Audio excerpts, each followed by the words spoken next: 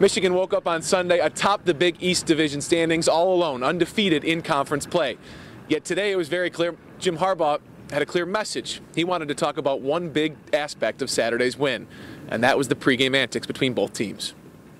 There are a lot more layers to this rivalry after Saturday than there have been in a long time. Can you give me your perspective 48 hours later now on everything that happened before the game, after a chance to really soak it all in? Yes, the pregame shenanigans by Michigan State, I don't think they're excusable.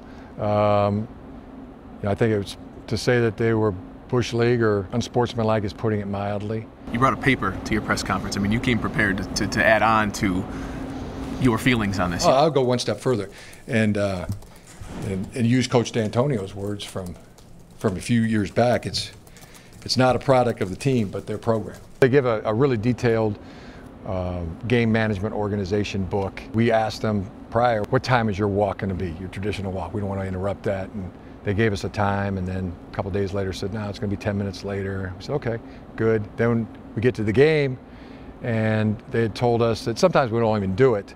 And then it was 10 minutes after what they said it was. So, and then no heads up, no like, hey, we're running late.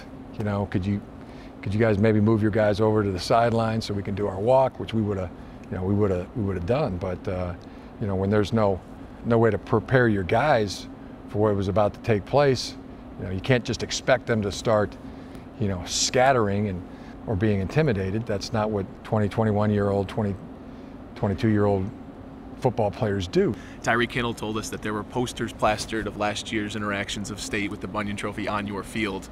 Can you dive into that and maybe enlighten me on some of the message that was sent to the team last week? Yeah,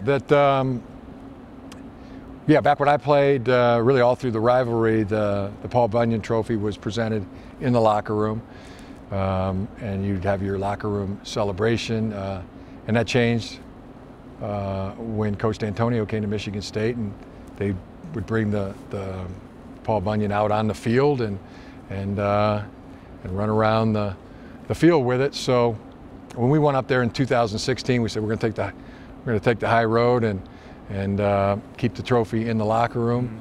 But that's the new tradition. Because then the very next year they were back on the field, celebrating with the trophy again. So we're with it.